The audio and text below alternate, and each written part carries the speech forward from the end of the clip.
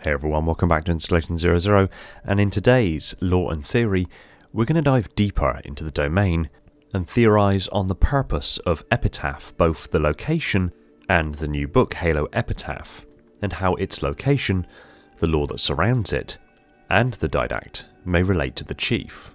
First and foremost, let's look at the cover art that's recently been revealed for Halo Epitaph. It features the Didact in a degraded state, wearing a hood or a poncho of sorts, walking through a desert with the Epitaph spire in the background. Now let's break this down a little bit. We last saw the Didact in-game in Halo 4. He emerged from the Cryptum and was the main antagonist for the near entirety of the campaign, and was eventually defeated by Chief and Cortana on a light bridge within his ship the Mantle's Approach, as he was composing the population of New Phoenix. The grenade placement caused the Didact to tumble off of the light bridge and into the slipspace rift below, seemingly killing him. This was not actually where Didact's story ended, as the mutation that led him to look the way that he does versus his more classical self was done in an attempt to make him immune from the Flood, but instead just made him immune to composition. The effects of the composer would not work on him. So he basically transitioned through the slipspace rift and emerged on the other side on Gamma Halo.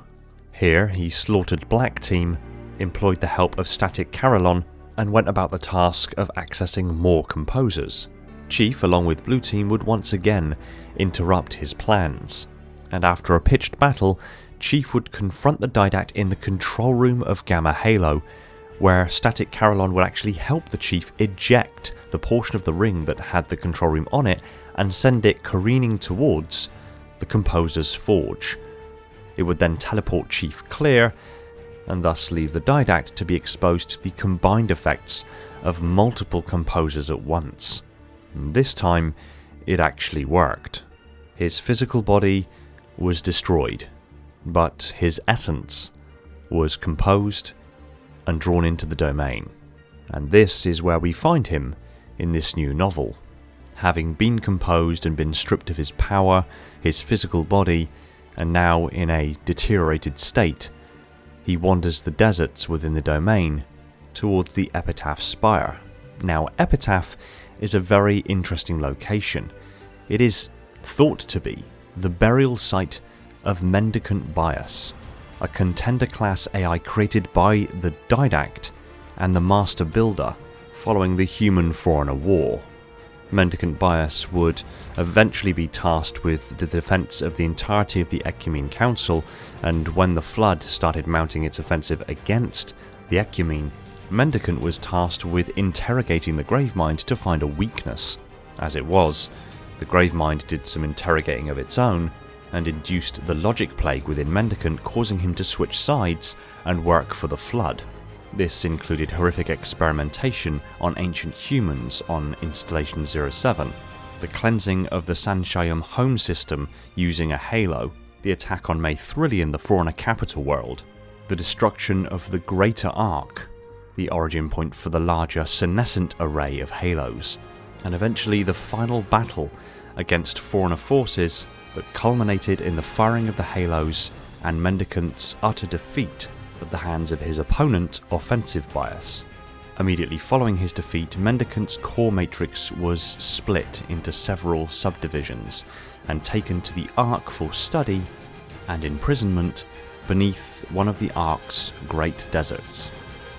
Epitaph is said to be one of the locations where at least a fragment of Mendicant Bias is buried below, and at the top of the Epitaph Spire, a hologram of Offensive Bias vigilantly stands watch, quietly ensuring this particular fragment of Mendicant Bias's core never sees the light of day. And yet, at least per this artwork for Halo Epitaph, this location is apparently within the domain itself. That calls into question the very reality of the domain. Does that mean that Epitaph has always been within the domain? No, it doesn't. I believe what's happening here is the domain is rendering places of significance to the individual who is linked to it. A good example of this is in Halo 5 during the domain scene where Chief encounters Cortana and she speaks to him about the domain being open. This is happening within the domain.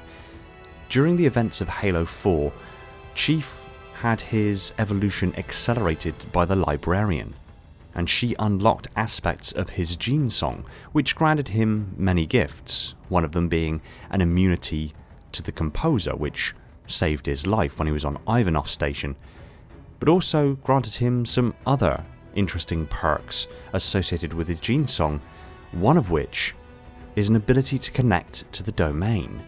And this was quite clearly articulated within Halo 4 itself. When Chief can hear the Didact speaking to him, Chief asks Cortana to isolate the signal, and yet Cortana can see no such signals coming in. The mantle of responsibility for the galaxy shelters all human, but only the Forerunners are its masters. Cortana, where's this coming from?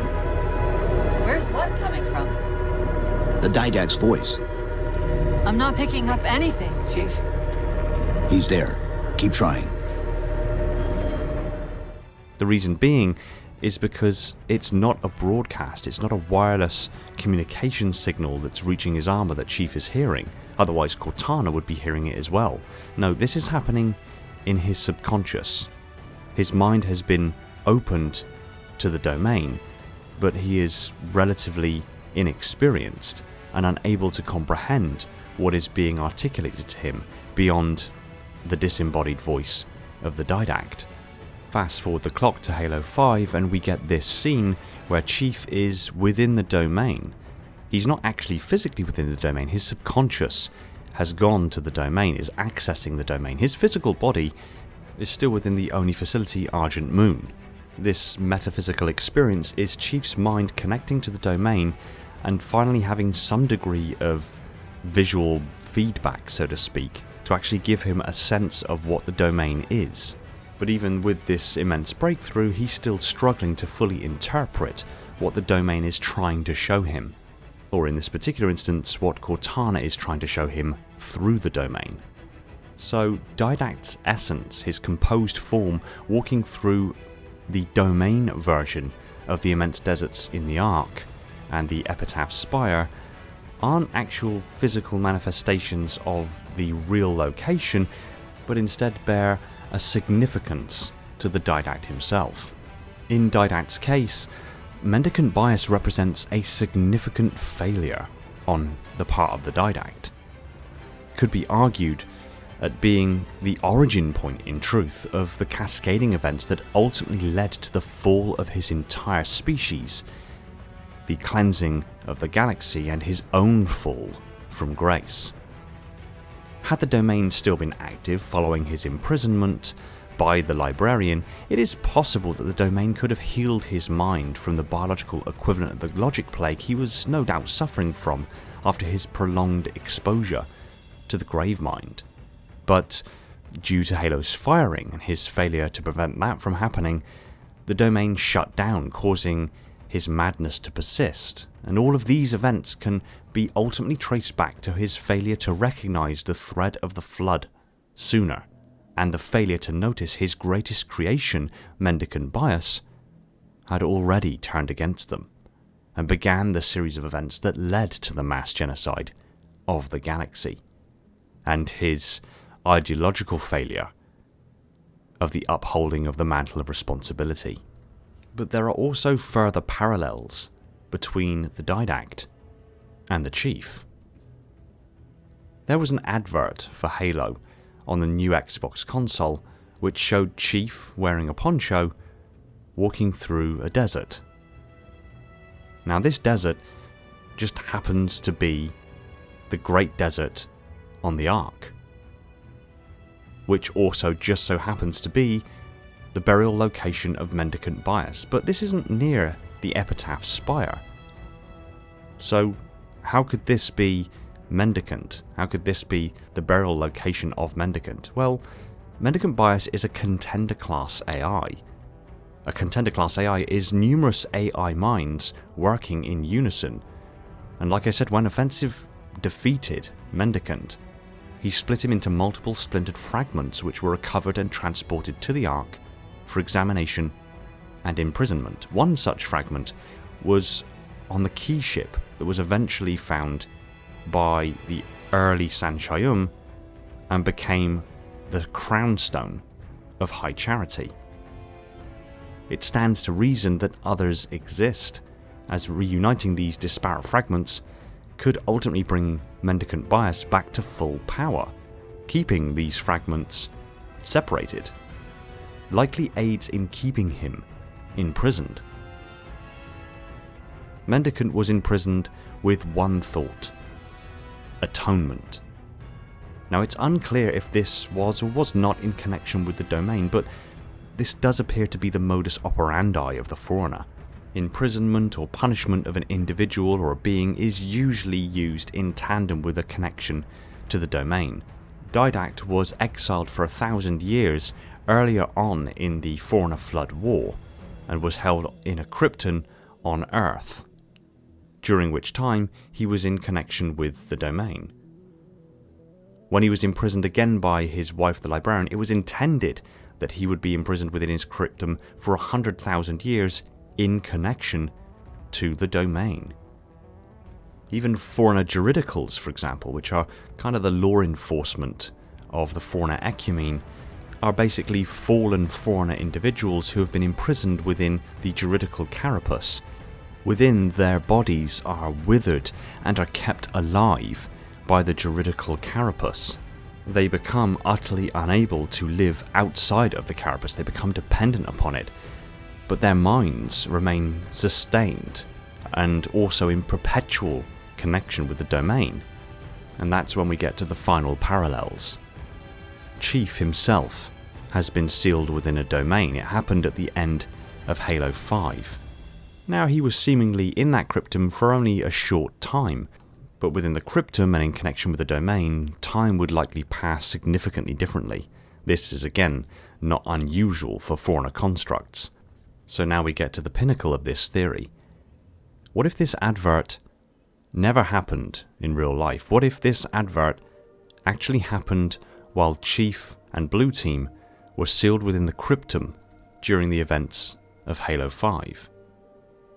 Now, I can already hear you saying it, but he was sealed in there with Blue Team, so surely if this was happening within the domain, Blue Team would be there with him.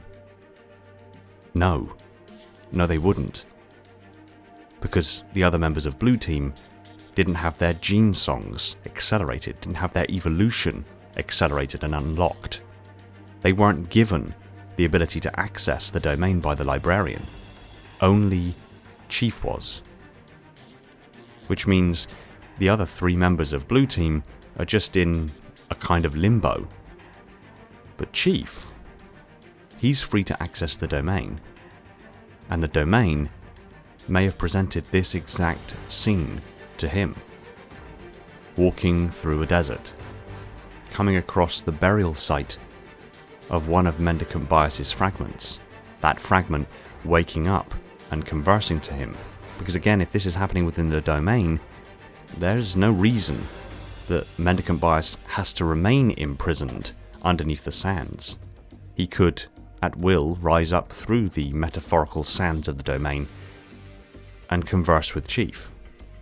And since he's accessed the domain a few times before, both with the communication of the Didact in Halo 4 and his earlier access to the domain during Halo 5, now what is being presented to him is starting to make sense. That earlier access to the domain, when Cortana told him the domain was open, was in a similar location. Look at the rocks. Look at how aggressive and inhospitable these rock formations are. The angle that certain spires of the rock are at. And now compare and contrast them to the rocks we see here that happened within this trailer.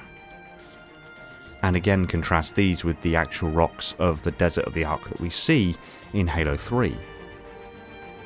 These are all effectively seemingly the same location. It's just that the real location, as we saw in Halo 3, is the real location. The trailer of Poncho Chief isn't actually the location, it's a metaphysical representation of this location within the domain, and the earlier access to the domain with Cortana was his mind trying to interpret what the domain was trying to present to him, but ultimately failing due to his lack of experience. And then finally, the Didact. The Didact just so happens to be in this same location, trapped within the domain. Why is this? Well, it has some significance to him, no doubt about it. But also, we already know that there are significant parallels between Chief and the Didact. We know this because 343 Guilty Spark mistook the Chief for the ISO Didact back in Halo CE. Now, the ISO Didact is just a second incarnation of the original Didact, and yet a Foreigner Monitor mistook Chief as being that individual. On a metaphysical or ideological level, the Didact is what the Chief would be if he didn't let his humanity shine through, which was the big narrative story arc, so to speak, of Halo 4, of uncovering his humanity, figuring out which of them was the machine. Perhaps the Didact's presence here is because the domain is trying to reconcile something for him, or with him. Maybe it just recognizes the similarities between the Didact and the Chief, which is why the Chief has seen this location. It's not so much that the Didact is being shown the location that the Chief has seen, but the Chief was shown the location that should have been shown to the Didact. Maybe this location is significant to the Didact, but maybe this location also carries great weight for both the Didact and the Chief's inevitable destiny. Let me know your opinions in the comments down below, and until next time.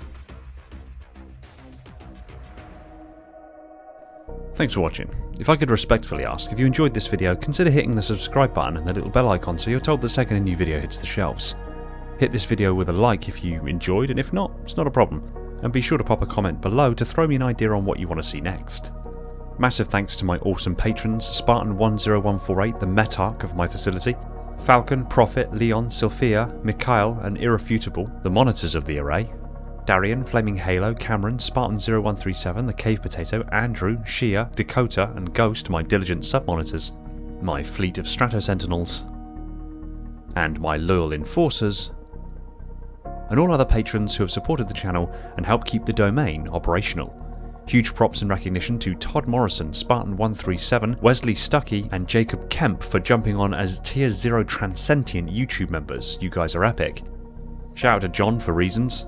And if you want to help support the channel and score yourself tons of perks and merch, head over to Patreon or consider becoming a YouTube member. Links, as ever, are in the description. Much love. Take it easy, everyone, and find peace in the domain.